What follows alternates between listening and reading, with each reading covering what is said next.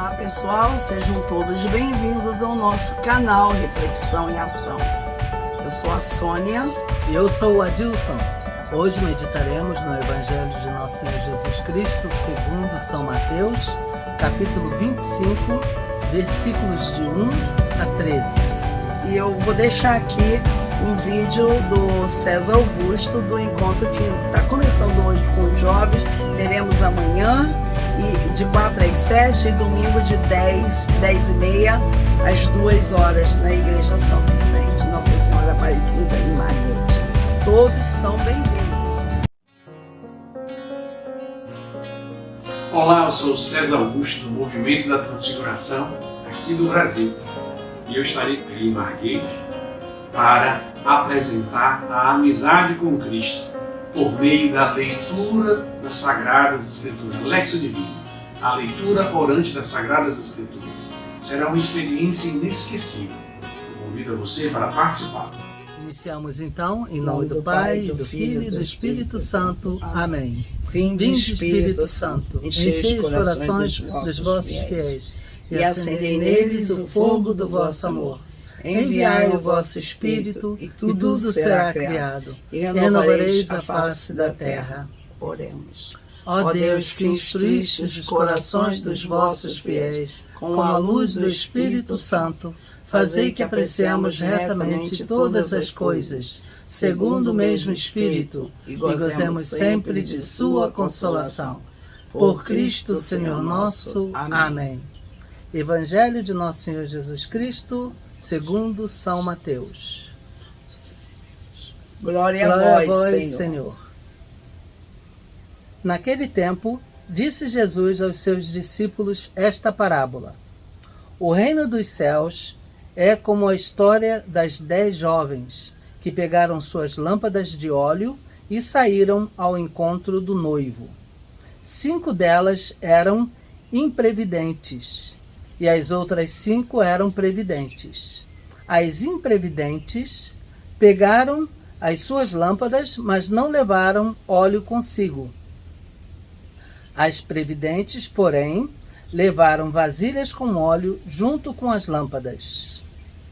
O noivo estava demorando, e todas elas acabaram cochilando e dormindo.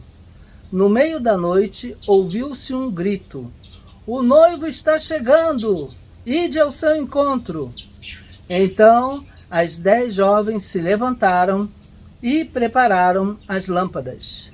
As imprevidentes disseram às previdentes: Dai-nos um pouco de óleo, porque nossas lâmpadas estão se apagando. As previdentes responderam: De modo nenhum, porque o óleo pode ser insuficiente para nós e para vós. É melhor irdes comprar aos vendedores.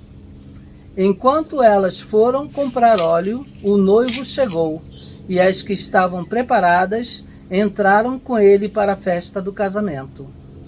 E a porta se fechou. Por fim, chegaram também as outras jovens e disseram: Senhor, Senhor, abre-nos a porta. Ele, porém, respondeu: Em verdade eu vos digo, não vos conheço. Portanto, ficai vigiando, pois não sabeis qual será o dia nem a hora. Palavra da salvação. Glória a vós, Senhor. Bom, é uma continuação, né, do mesmo tema de ontem que nós meditamos, sobre a vinda de Jesus. Ele está mais uma vez dizendo hoje para a gente: sejam cuidadosos, sejam precavidos, porque o dia do Senhor pode chegar a qualquer momento. E se a gente não estiver sendo precavidos, prudentes, cuidadosos, não vamos participar do reino. Essa didática de Jesus realmente é interessante, porque ele cria essas historinhas, e são historinhas bem eficazes, porque atingem o objetivo que ele quer passar, né? A mensagem que ele quer passar para nós. Na verdade, é mais fácil a gente guardar uma historinha do que um fato em si, né? Quando se ele falasse eu vou voltar a qualquer momento e tudo, mas a historinha ilustra aquilo que Jesus quer dizer para a gente. Exatamente. A parábola sempre marca mais. Porque conforme a gente vai meditando e lendo a palavra de Deus, a gente vai mentalizando aquilo que está acontecendo, e é como se fosse um filme que está passando na nossa mente. Eu me lembro que desde criança, quando eu conheci uma vez uma senhora que estava na casa da minha tia, nessa época eu morava com essa tia, aí essa senhora gostava de ler historinha para mim, eu tinha 10 anos. Aí ela lia as historinhas de contos de fábulas. E eu me lembro que as historinhas me levavam longe. Eu gostava de mergulhar naquelas historinhas e até hoje eu guardei aqueles contos porque eram contados através de histórias. Né? E depois, na adolescência, quando eu comecei a gostar de ler, e aí fui ler, né, o livro de Malbatan, o livro de Khalil Gibran. Então aquelas historinhas, eles eram escritores árabes que escreviam também por meio de parábolas. E eu me lembro de muitas historinhas deles que eu nunca esqueci. Isso é verdade. Né? Então as historinhas, elas marcam. E acaba se tornando também uma maneira muito boa, né, de você ouvir uma realidade através de uma história. Isso é verdade. No nosso tempo de criança, os antigos não ficavam contando história.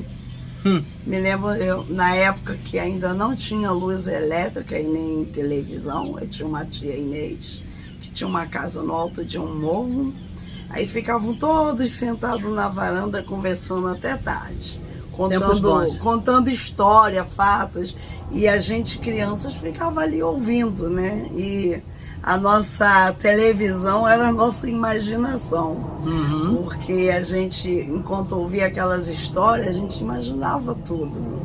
As novelas de rádios também, me lembro de uma novela que chamava Alba Valéria. Aí eu achava a voz da mocinha muito delicada, então a história faz você realmente ficar muito atencioso àquilo que a pessoa está falando, porque quando você ouve uma história, você não quer perder um momento dela. Então é uma didática muito boa que Jesus usou, porque a gente vai ouvindo e você quer ouvir o final da história. E você se interessa de ouvir. Então, conversar por parábolas, né? Por historinha, a maneira como Jesus ensinou para a gente e para as pessoas daquela época e até nós hoje, é realmente bem interessante. Quando você ouve aquela historinha, aí você vai imaginando toda aquela cena, né? Dá para você imaginar as 10 noivas, as 5 que foram prudentes, as que não foram. Aí, no final da historinha, ele diz a mensagem dele, não é assim? Exatamente. Agora, analisando bem essa história, quem são essas virgens? Somos nós. Somos nós, todos nós. Todos nós. Somos como essas virgens. Digamos que essas 10 virgens representam todos nós, toda a população. Todos aqueles que um dia foram chamados para o banquete do noivo, e claro que uma vez que a gente é convidado para esse banquete, nós temos que nos preparar para ele. E qual foi a preparação que essas 5 virgens imprudentes deixaram de completar, né? Não levaram óleo consigo. Quer dizer, como que a gente pode trazer isso para a nossa vida de hoje? Interpretando. Então eu que vou ter que responder por todo mundo, ninguém pode responder. Então, exatamente. Veja, a gente interpretando isso, como nós temos ouvido bastante Jesus, que sempre diz que é muito importante colocar em prática a nossa fé, os aconselhamentos que ele dá, né? Não julgueis para não serem julgados, né? Ser o servo, como nós lemos antes, ser um empregado, um servo fiel, fazer. Então, assim, são todas as atitudes positivas, boas, de a gente praticar tudo aquilo que a gente vem aprendendo com Jesus. Exatamente. Isso que é. Tudo aquilo que a gente faz que vai contando pontos para a gente no céu. De maneira que quando chegarmos ao final da nossa caminhada, Jesus vai dizer: servo bom e fiel, você me serviu bem na terra, agora eis aqui a sua recompensa. É isso que nós esperamos. Para isso é que nós labutamos no nosso dia a dia, com a palavra de Deus, procurando viver uma vida cada vez mais impecável. Então, e assim, vida impecável significa não cometer pecados. A gente procura não cometer pecados. E uma coisa boa é que a gente tem que fazer toda a nossa parte, nos esforçarmos para isso. Mas se por acaso a gente não conseguir cometer, nem tudo está perdido. A misericórdia do Senhor é muito grande. O importante é a gente se arrepender e ter o propósito de não cometer mais. Exatamente. E nós ainda temos, a clínica espiritual, que é o confessionário. Se eu cometo um pecado, eu vou lá no confessionário. Eu me lembro que quando nós começamos lá na capela, tinha um canto que marcou muito para mim. Um deles, são muitos os cânticos que marcaram muito aquela época e até hoje. Mas esse falava assim, que rancor destrói um coração que errou. Melhor usar de mansidão e amor. Aí dizia: se um dia caíres no caminho, não diga nunca ao teu pobre coração: és mau e traidor, ingrato e desleal. Não olhes mais para o céu, não tens perdão. Então esse canto era para animar as pessoas que estão lutando, contra o pecado, para não desanimarem, para não pensar assim: eu pequei, eu não tenho mais jeito. Não existe isso para Deus. Todos temos jeito. A misericórdia do Senhor é tremenda, é infinita. Ele nunca nega o perdão para aqueles que pedem. Então, se nós não conseguimos ter uma vida impecável, porque para chegar a um grau de santidade, de ter uma vida impecável, a gente vai passar por muitas situações. É muita luta. Ninguém nasceu santo.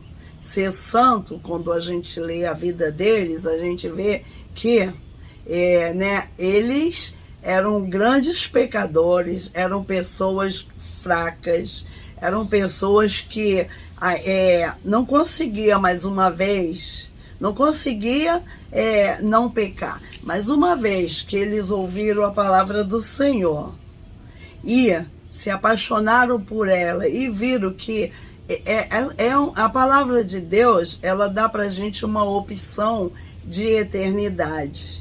Ela dá para a gente uma opção de felicidade, de esperança. E eu sei que é uma esperança que nunca morre, Me lembro que uma vez o Monsenhor Gilson, que me crismou numa preparação para a crisma, antes da crisma ele foi lá na capela e deu uma palestra, falou muitas coisas muito boas, eu gostava muito de ouvi-lo, mas ele falou uma coisa que eu nunca mais esqueci, que as pessoas dizem que a esperança é a última que morre. E o Monsenhor Gilson falou: para um cristão, a esperança não deve morrer nunca. E eu guardei aquilo. E foi tão bom, porque quantas vezes, quando a gente ia visitar os doentes lá no Carlos Chagas, a gente sempre falava para as pessoas: para um cristão, a esperança nunca morre. Nunca morre. Então nós não podemos perder a esperança de nos tornarmos prudentes, como esse evangelho de hoje nos aconselha, prudentes, precavidos, para esperar a vinda do Senhor, porque o noivo é Jesus, ele é o noivo. É muito bonitinho como ele se coloca nessa posição, o noivo. Quem é o noivo? O noivo é alguém muito esperado, o noivo é aquele que vai deixar a noiva feliz por ele existir na vida da noiva. E na história de muitos santos, eu me lembro que a gente sempre via que quando alguém entrava para o convento, muitas santas que se tornaram freiras, elas diziam assim: eu estou me casando com Jesus. Uhum. Eram as noivas, né? Sim, sim. Eu estou me casando. Com quem você vai se casar? Jesus é o meu noivo. Igual Santa Catarina de Sena dizia isso. Que ela desejava um noivo perfeito. E ela descobriu que o noivo perfeito era Jesus. Então ela foi ser uma freira religiosa, esposa de Cristo. E assim as freiras se chamavam, né? Exatamente. É muito legal. Então, quer dizer, quem é o noivo? Jesus. Mas é importante mesmo a gente descobrir o propósito que o Senhor tem para nós. É importante a gente pedir a Ele que nos dê uma ideia, nos dê uma vontade de realmente abraçar o reino de Deus na nossa vida. Que o Senhor desperte no nosso coração. Sim, sim, é uma grande graça quando a gente reconhece o quanto o reino de Deus é tão valioso, que a gente chega a ser capaz de até mesmo de desfazer desta vida, desfazer de tudo que a gente chega a achar que deve desfazer para poder alcançar esse reino de Deus. E eu penso que o dia que a gente conseguir fazer essa troca, significa que a gente se tornou santo. Se tornou o que o Senhor fala: seja santo, porque Deus é santo, seja perfeito. Porque é incrível, né? Eu sempre tenho uma admiração muito grande por todos aqueles que eu conheci a vida, a biografia deles, que foram aqueles que tiveram um amor tão incondicional por Jesus. Um que não sai da minha mente é São Francisco de Assis. Ele amou de uma tal maneira que às vezes eu ficava pensando: nossa, será que eu conseguiria amar Jesus como São Francisco? Assim, um amor que tudo mais era demais, não importava, não fazia falta. Igual Santa Teresinha do Menino Jesus, que tudo para ela era o nada. O amor por Jesus era tão grande que ninguém podia entender, né? Como que alguém tem aquele amor tão grande, e a gente fica pensando: puxa, se a gente não ouvisse, não lesse, não conhecesse a história da vida dessas pessoas, nem ia saber que a gente é capaz de amar a Deus dessa maneira. O grau de santidade, ele está de acordo com o grau de desapego que a gente tem das coisas desta vida. Quanto mais a gente vai se desapegando das coisas desta vida, mais a gente vai se aproximando do estado de santidade. Só assim que dá para entender porque que existe as freiras que vivem enclausuradas, né? Enquanto nós estamos aqui falando, fazendo, existem pessoas que nesse momento estão só em oração. Eles renunciaram toda a sua vida e ficam em oração todo o tempo pelo mundo. E vivem totalmente alheias ao mundo, totalmente afastadas do mundo, como se já tivessem morrido. Eu fico pensando que talvez seja isso que o Senhor ainda está segurando esse mundo. Até me lembro, a tia Neuza tinha um quadro de um Jesus com um globo terrestre na mão. Era um quadro antigo. Você lembra desse quadro? Jesus com o mundo na mão. E eu era criança, olhava aquele quadro, aí uma vez... O mundo na mão direita e o cetro na mão esquerda. E falava assim: olha, escuta, Jesus está segurando o mundo. Se o mundo ficar com muito pecado, ele vai deixar cair.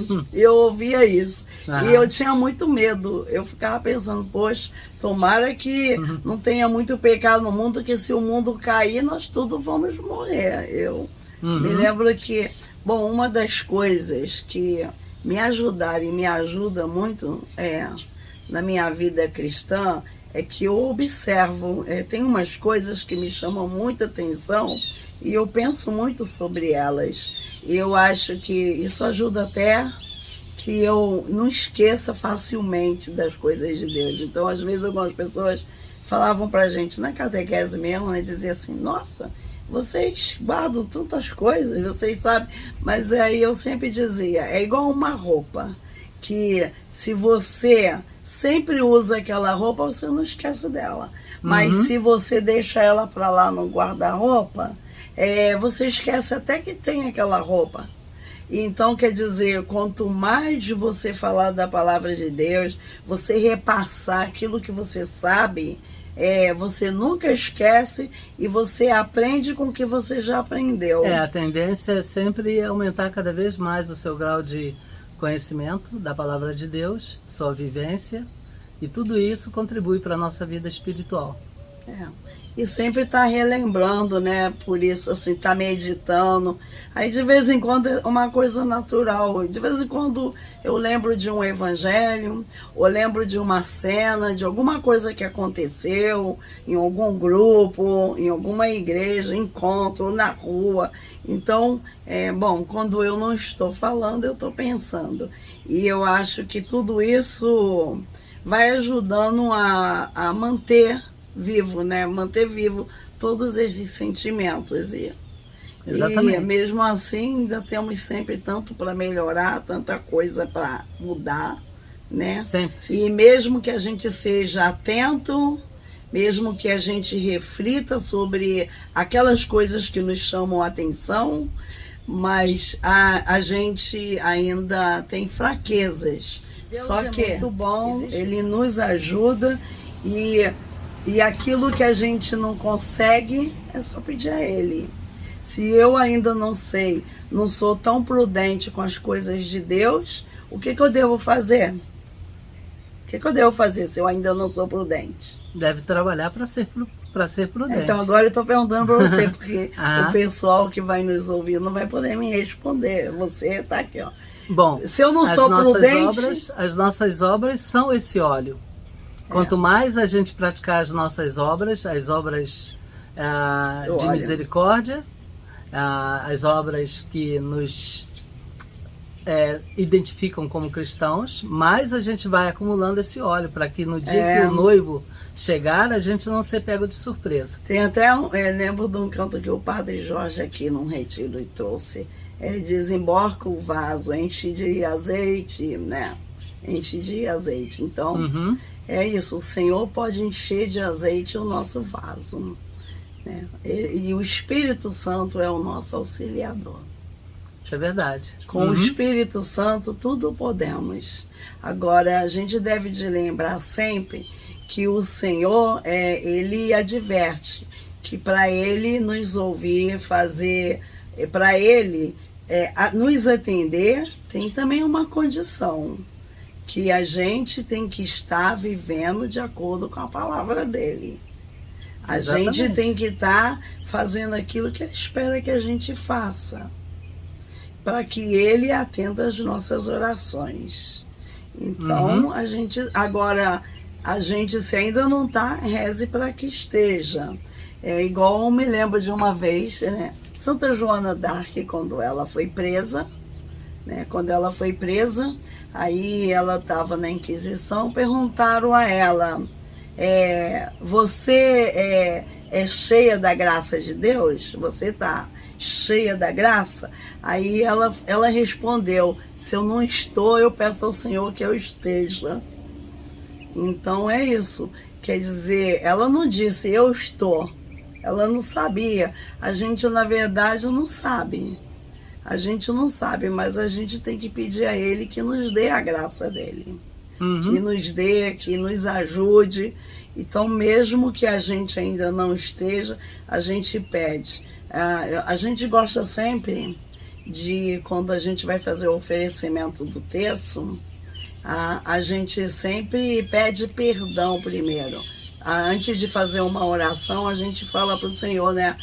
Faz um ato penitencial, porque para que o Senhor escute as nossas orações. Verdade. Então a gente faz um ato penitencial, pede perdão pelos nossos pecados e aí a gente vai fazer a oração do terço.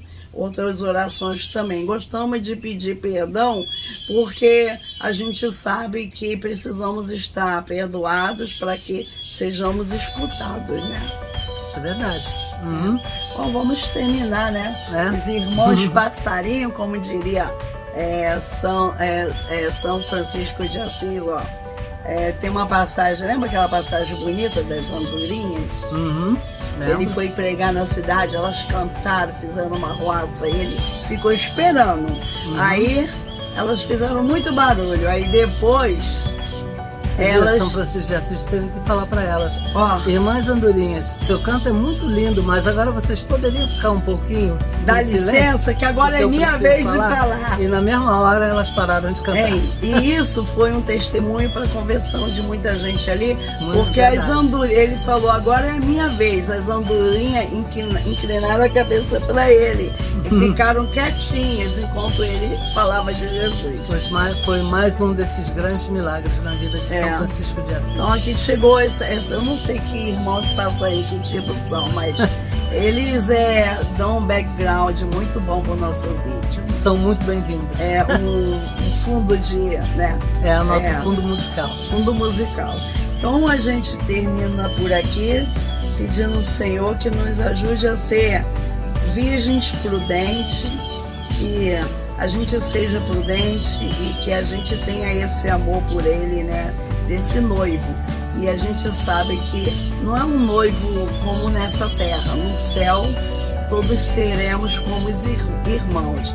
Mas o Senhor usa esse termo que é para ilustrar